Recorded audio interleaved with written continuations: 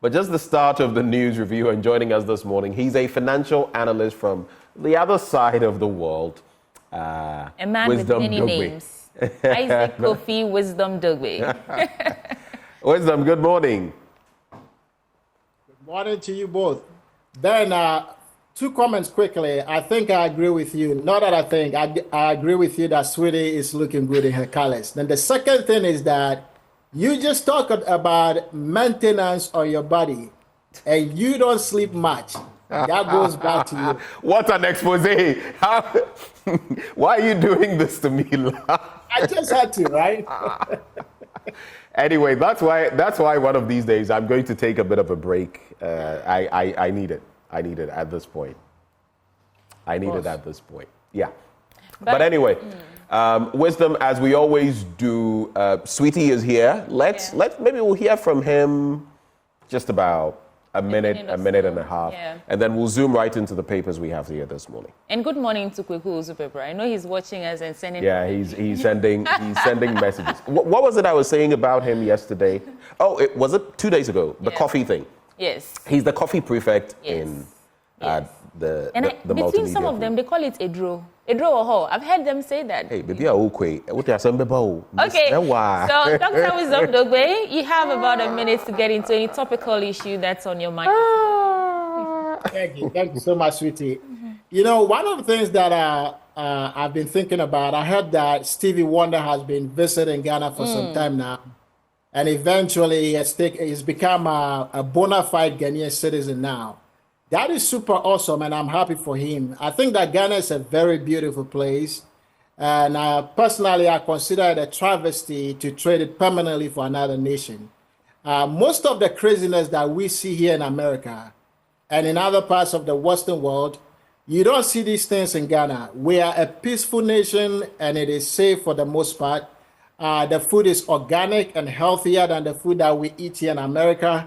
So if only we can pursue policies that will lead to, abundance of jobs and economic opportunities for our people, you will one day go to the UK or American embassy in Ghana, in Accra, and they will be asking you what they could do so you can visit their countries. They will practically be trying to convince you to visit. I mean, no one will be in a hurry or in a rush to relocate to any Western world if our people can find good paying jobs and have a fair shot at economic prosperity in the country. As for Steve Wonder, he's made his fortunes here, right, in the US, and now he's taking up Ghanaian citizenship. But it still tells you something that there's something about our nation, right? Our motherland that you cannot trade for anything else. Ghana is our home, and we should do more to attract Ghanaians who have relocated abroad, to return for same opportunities that are available to them overseas. It might sound delusional to say that, but it could be doable, right? And we should also continue to attract people who have their ancestral roots to Ghana, like Stevie Wonder. They should all come, right? So I think that let's have more educational programs. Let's have cultural events and celebrations like the Year of Return.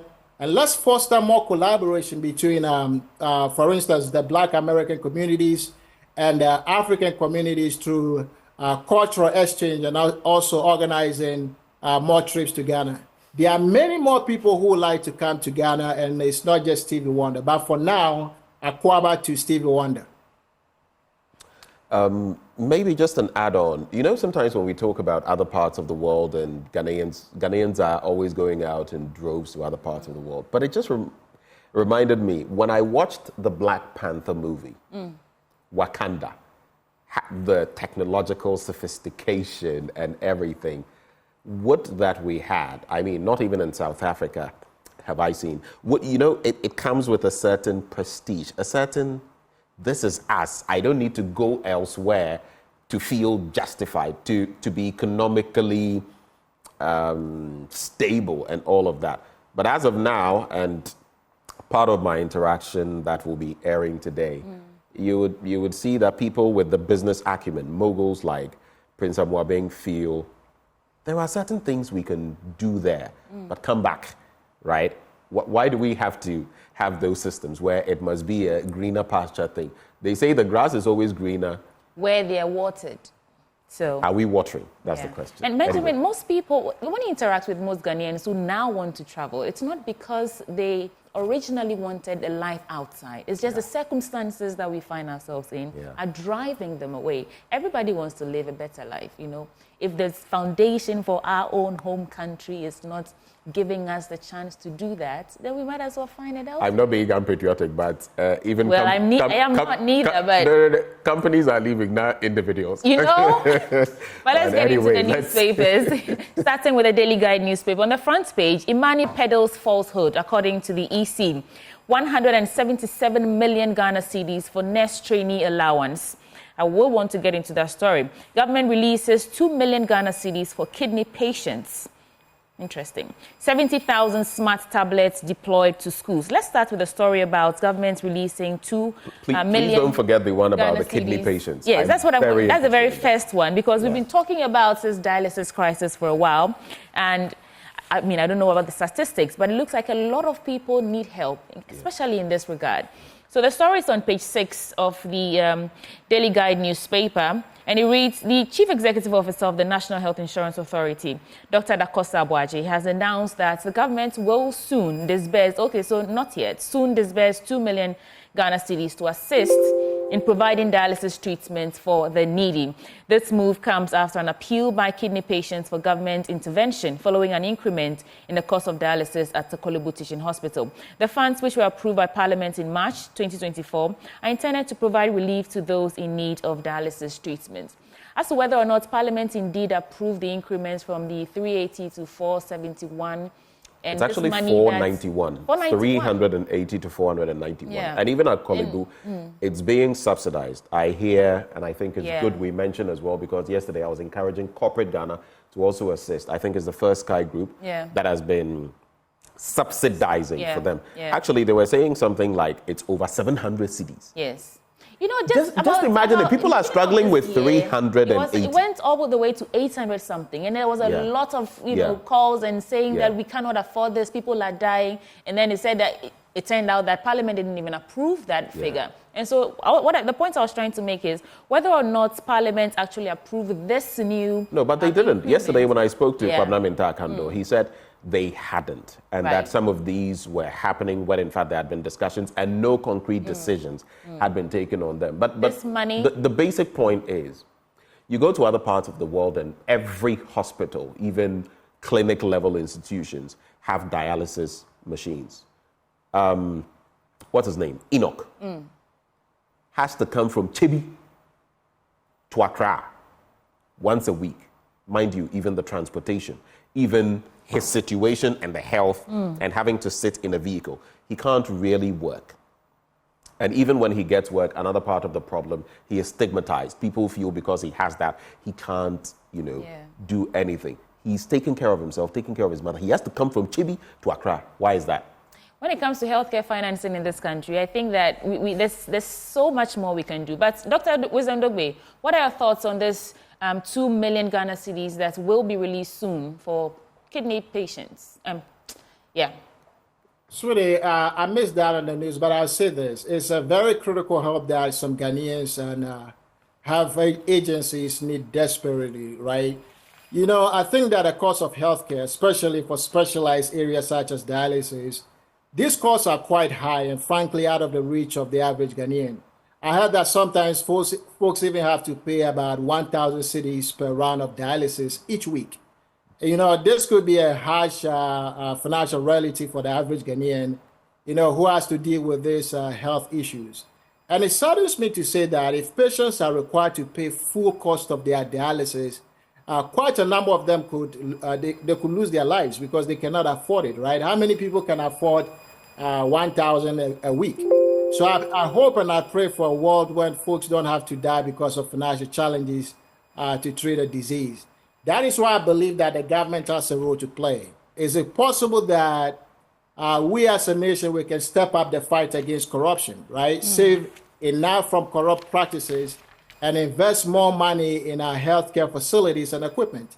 It doesn't speak well of us as a nation to have a good number of our hospitals that are understaffed, right, ill-equipped, and lack the certain basic medications that they need to treat people. It's time for them to actually prioritize some of this as a nation. All right. There's another... and that, if I may add, is where sometimes I have problems.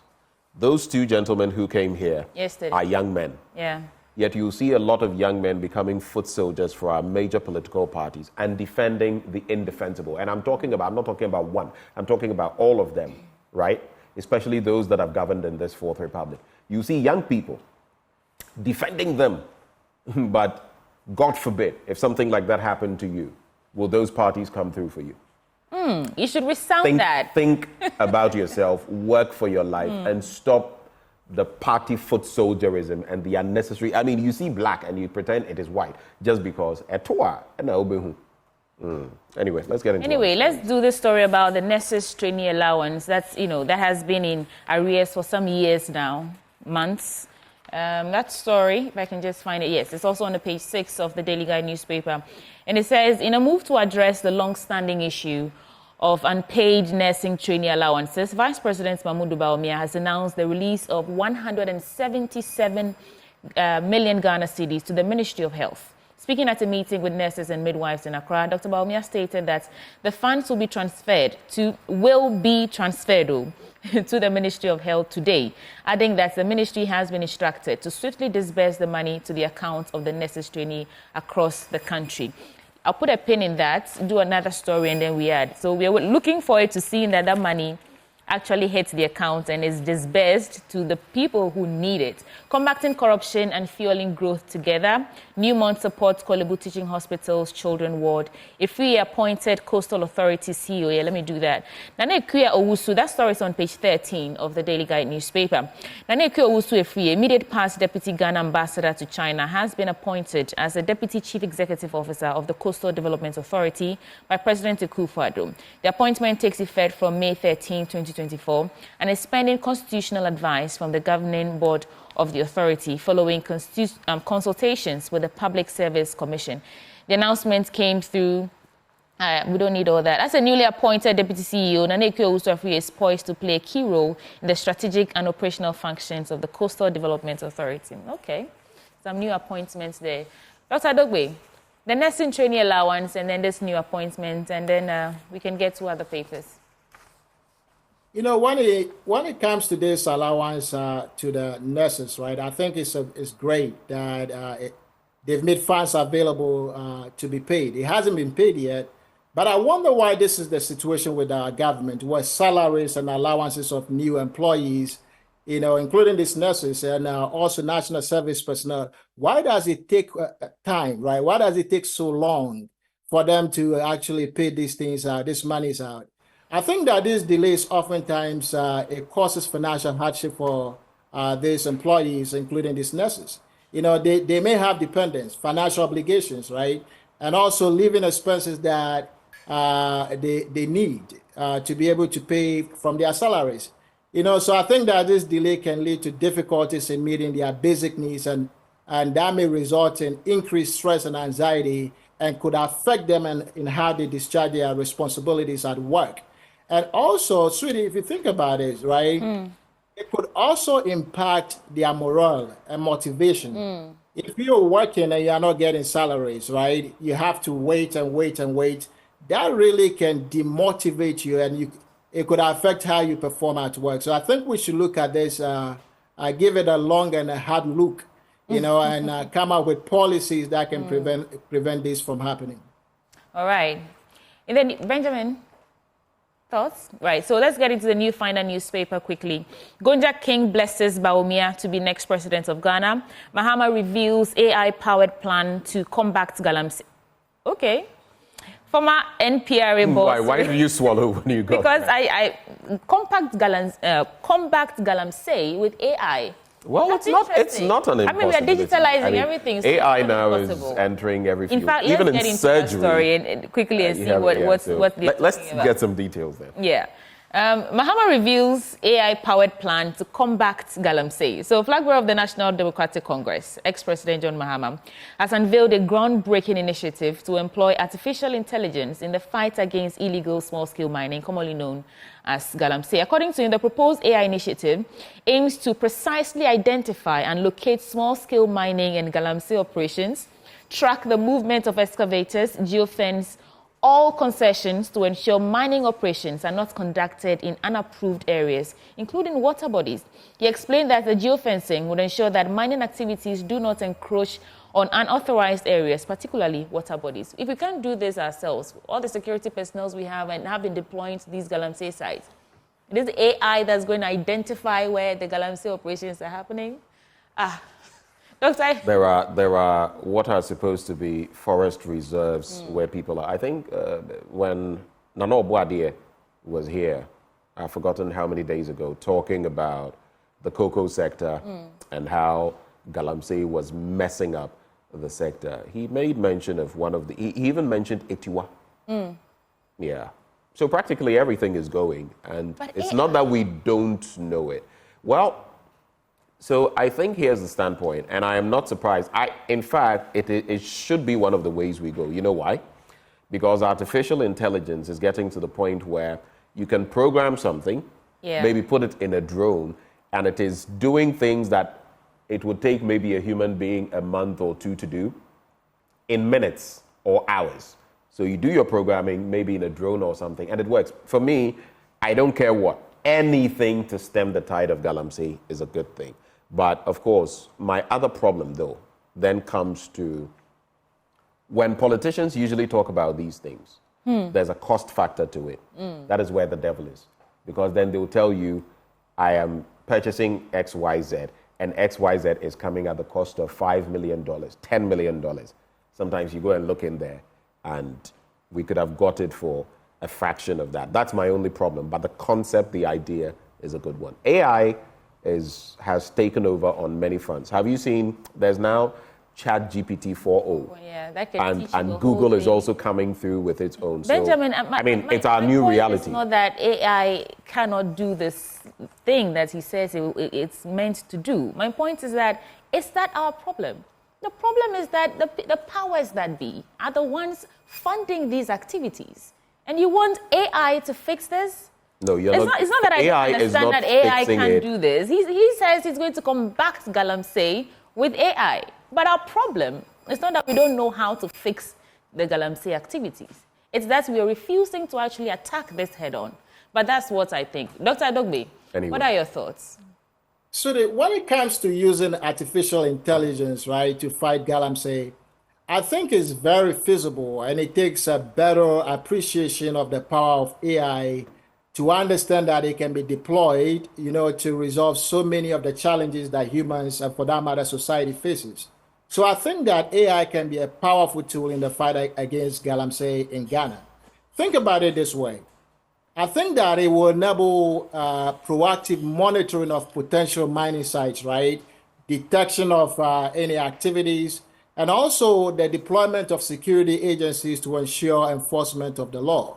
With the little that I know about AI, to my friend Ben's point, I can say that it is a tool that has several functionalities, right? I can analyze, satellite imagery and also remote sensing data to identify and monitor Galamsey activities. But Dr. Adogbe, I think that AI we do know where these sites are. We know where they are. We know the people there. We know the security people have been deployed to these places, and they don't do anything. We hosted Nana Obuadie here a few days ago, and he was saying that the security people are now, his words, toothless bulls.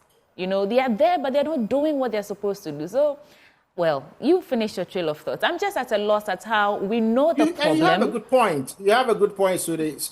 Sometimes the problem is catching them in the act, right? Catching these operators in the act. Okay. I think that AI models can be taught or trained, to quickly identify any changes, in the cover of the land, the surface of the earth, right? And detect whether any mining equipment or infrastructure or mining setup is available at a particular location. So I think that the former president is correct in suggesting that AI can help in the fight to end this galamsey menace in the nation.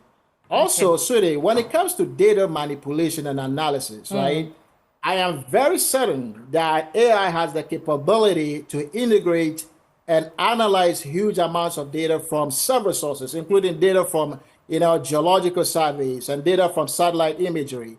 And with machine learning, right, you can analyze patterns and anomalies of activities of these galamsey operators, which I believe can eventually help law enforcement to respond in real time and stop these operations of this illegal mining and to preserve our water bodies and also our natural resources.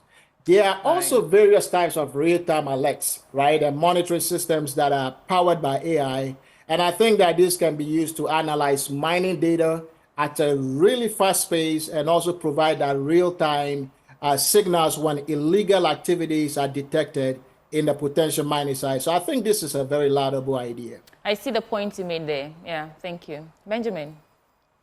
Well, let me get into the Daily Graphic newspaper. It says, hold duty bearers accountable, journalists told at African Media Convention. It reminds me of that saying, who was it? Was it Idi Amin that was touted as saying, oh, I can guarantee you freedom of speech. The only problem is freedom after speech. And that is the problem of a lot of African media. But then we will restore galamsey lands, forests, Mahama says, so we've already taken a look at that. MTN calls for rethink of tax structure.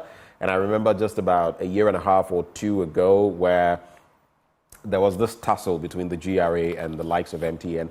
A fintech summit highlights investment opportunities in Africa. On the back page, starlets in flying start in Wafu Zone B tourney. They beat Cote d'Ivoire by 5-1. That was a thumping. And you can see there, someone I actually saw just last Friday, Laia Kingston. I met him at this eatery and actually said hi. He is in a jubilant mood. But we're grateful to the Black Starlets for dignifying Ghana. So let's get into the stories. African media have been urged to hold duty bearers accountable for their actions and inactions to promote good governance and uphold democratic principles on the continent rather than merely limiting themselves to telling stories.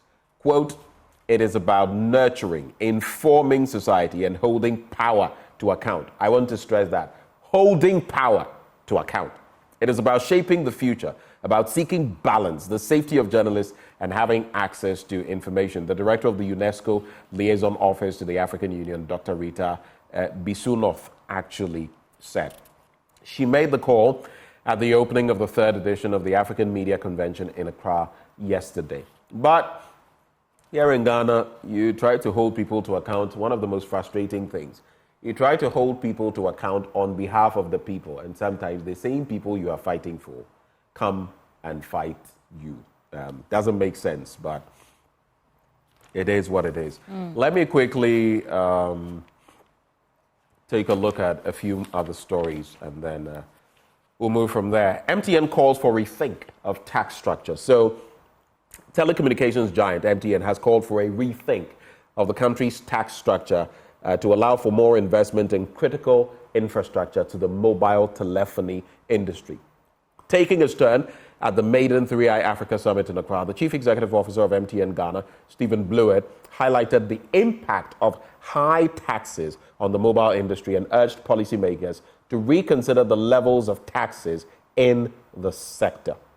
He also said without the appropriate fiscal incentives, the funding needed to modernize and expand digital infrastructure into higher technologies such as the 5th generation or 5G, which made services more affordable and accessible to mobile internet, would not materialize. I think I heard recently about a place in Japan that is operating 6G. Yeah. So, I mean, we're always playing catch up in this part of the world.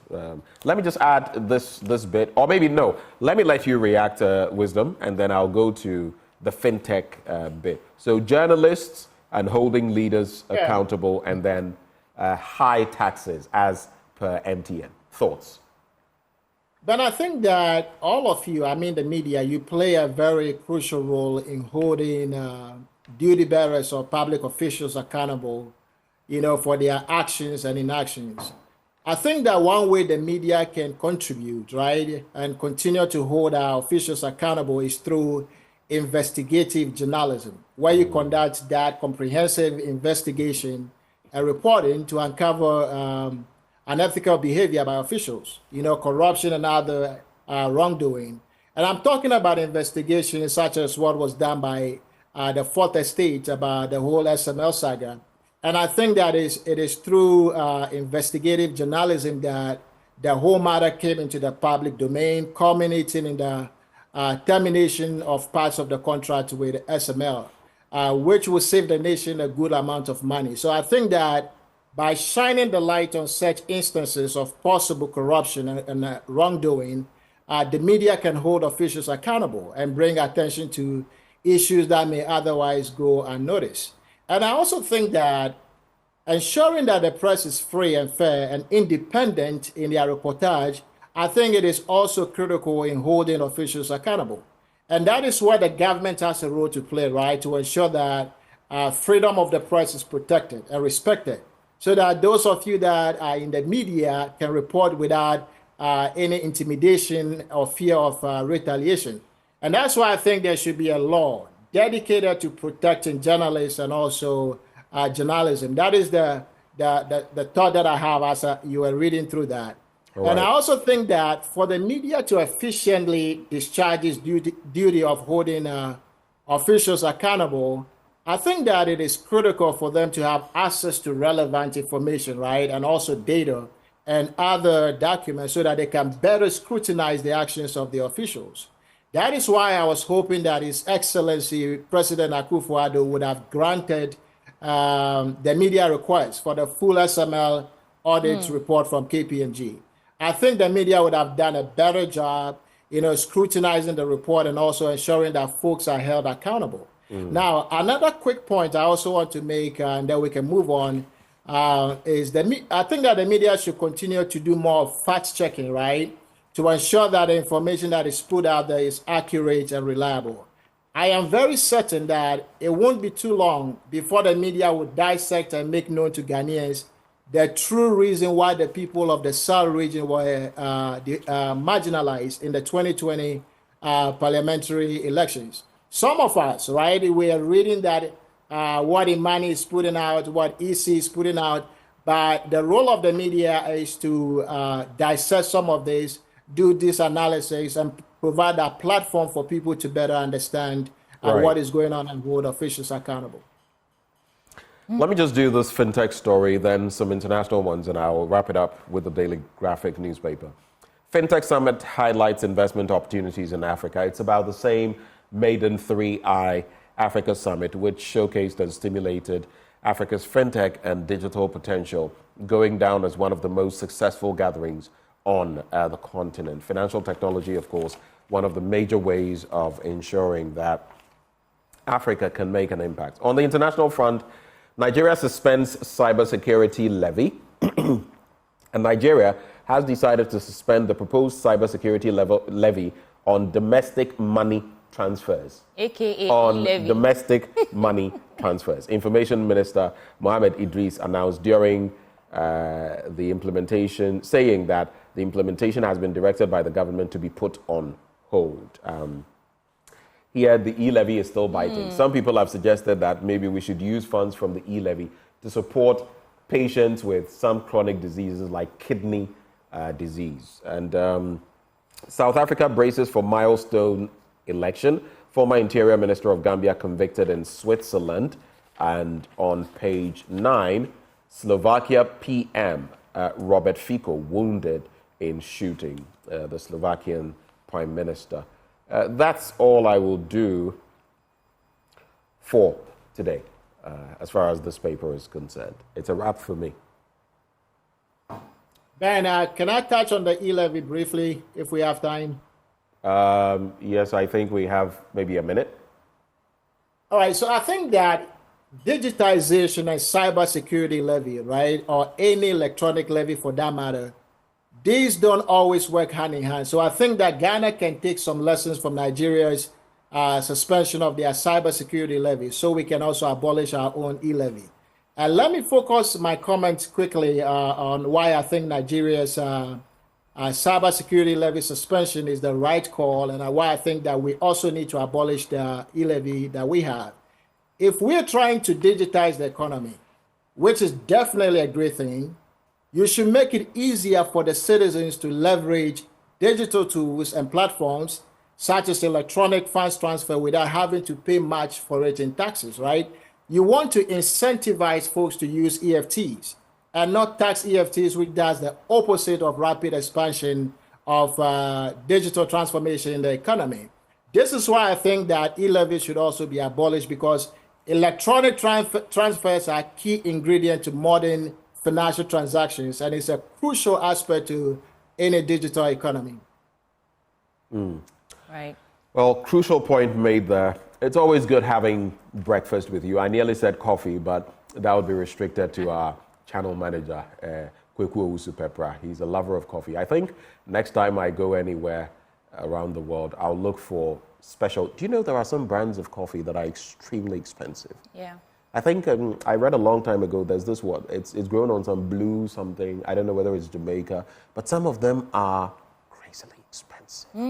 Kweku, would you like some of that coffee? You let me know. He's been sending me messages out. I want to know whether he will like that kind of something back coffee. From SA. It was called Just Coffee. Oh, Just Coffee. It was delicious. Oh, wow. Yeah, I miss it. You're a coffeepreneur, huh? I Coffeepreneur. like coffee. I don't, not as much as Kweku. I just like coffee. I like I like the energy it gives me. I like the boost. Okay. You know, so I guess for now, it has been made clear. If you want to impress my channel manager, get him some coffee. On